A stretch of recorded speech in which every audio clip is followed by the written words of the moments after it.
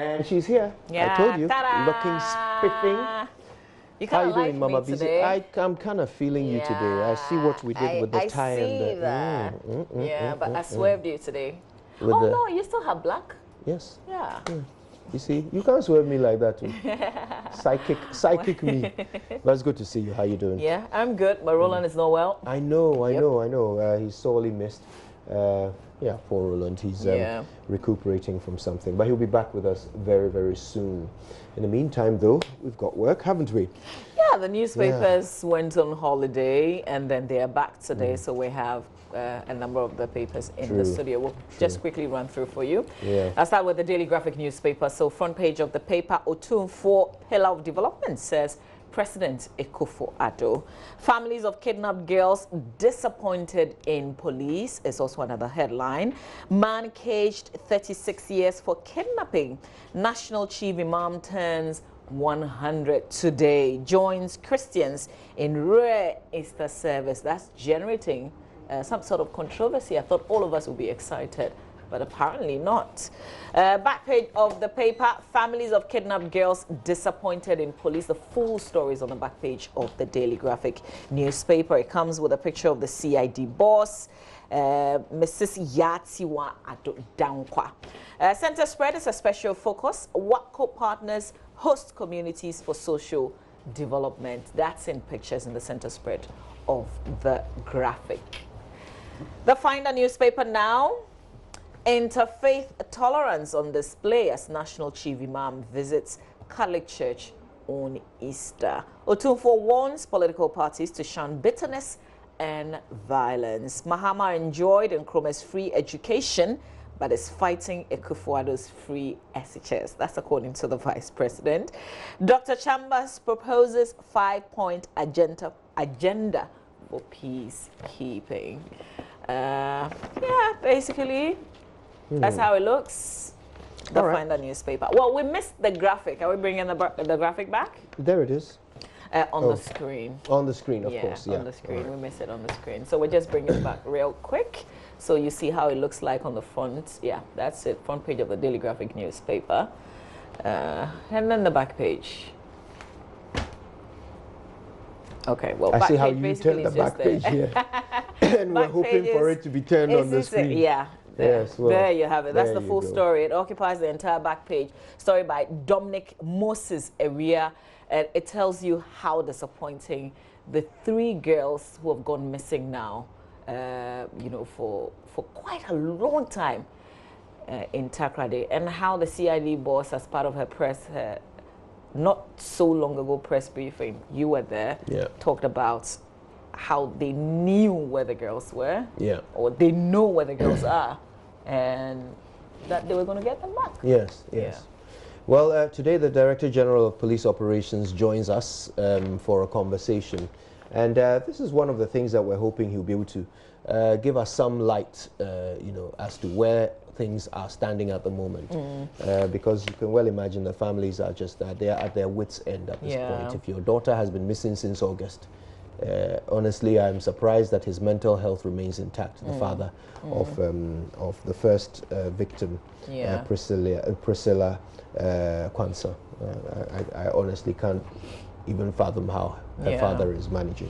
But this is a continuation of a conversation we started yesterday. Remember, if you've been holidaying so much, you probably haven't heard there was a diplomat who was also kidnapped, except that he's been rescued. And those who did this act, they cannot be found. So the police will talk about it as well, you know, when they appear on the show. The first victim is actually Priscilla Bintum, my mistake. All right, then. So why don't I go through a few more of these headlines? Daily Guide has these. Don't let politics divide us, says Otumfuo. And then top general dies in Israel. This is Major General Sanziri. No room for negative NDC on free SHS. I wonder who's saying that. It's the Vice President. You don't have to wonder for long. Asantehene is an asset to Ghana, and that's the President speaking. Let's have a quick look at the back page if we've got the time for it. These are the stories. Dreamland Sports honors Chief Imam. There's a picture of Ola Williams on the back page here. TT Brothers calls for orphanage support. Betway Easter Gala draws crowd. And GTF hails Magdan ITF World Tour. And that's the back page of the Daily Guide. I'm sure it's there somewhere. All right, I'll move on to the Ghanaian Times now. President hails Asantehene as Otumfuo celebrates 20 years on the Golden Stool. Great picture of the president in Kente shaking hands with the Asantehene. Dredge masters to desilt Odo drain quarterly. Christians celebrate Easter with church service. That's also on the front page. And on the back, Liberty Pros Pip Dreams FC. And Wafa stun hearts at Sogakope. Also, Elmina Sharks still unbeaten at home. They're doing great. And the Daily Dispatch is the last one I'll do, I think. Oh, there's also the Punch newspaper. I might touch on that quickly. Dispatch, though, do away with violence, bitterness, and embrace people. That's Asantehene telling political leaders. Also, General Vib Zanziri passes on. Horrors of child prostitution in Ghana, 10 to 14 years. Stories on pages 3 and 8 of the Dispatch. NPA boss on using technology to deal with petroleum fraud. Also, they have a happy 100th birthday to the chief imam, all on the front page. All right, the Punch, real quick. We don't often get it, so banner headline: Who becomes regional chairman? Bono East NDC on fire. Former minister asked to step aside. Former First Lady's boy accused of influence peddling. Right, Shaman MP facilitates mock exams for pupils to pass their BECE. MP sues Assemblyman for daring to ask for accountability of his common fund. Really? Emirates opens its gates for Africa World Airlines. Adum FM apologizes to Ernest Thompson formally over claims on SNIT ICT infrastructure.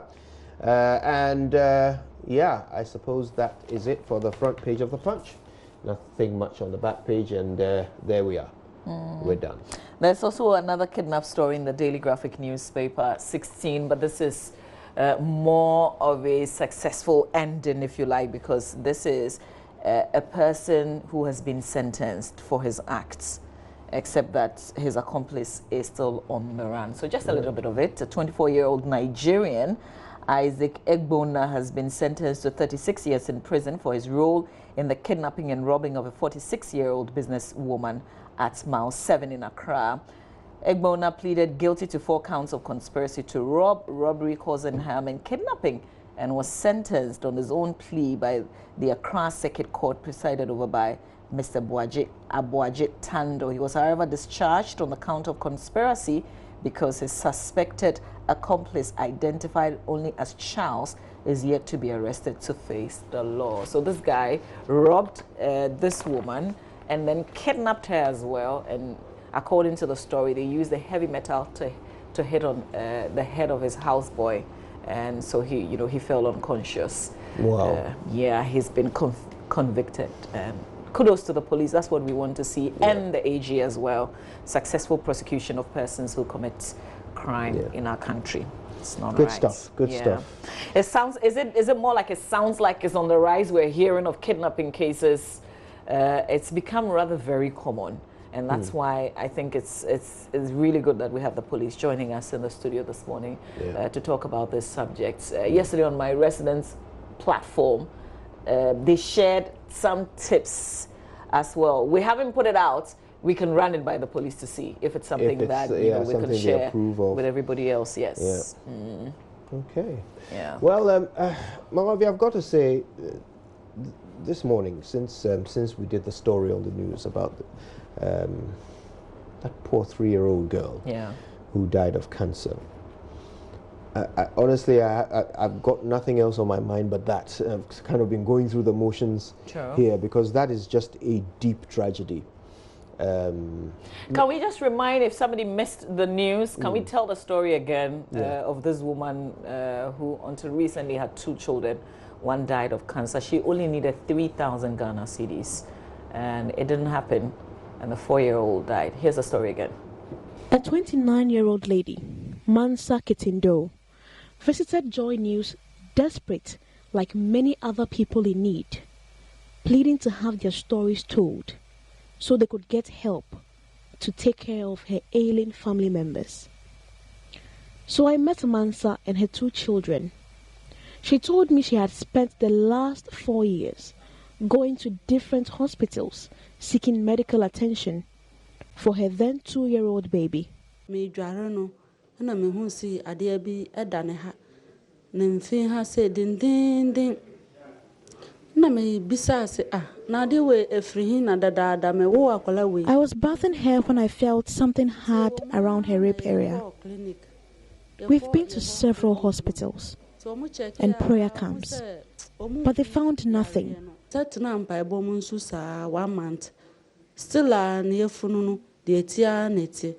Mansa and her husband finally came to Kolebu Teaching Hospital on the 13th of June. Okay, well, sadly, the girl passed. Stay with us, we'll bring you sports right after this.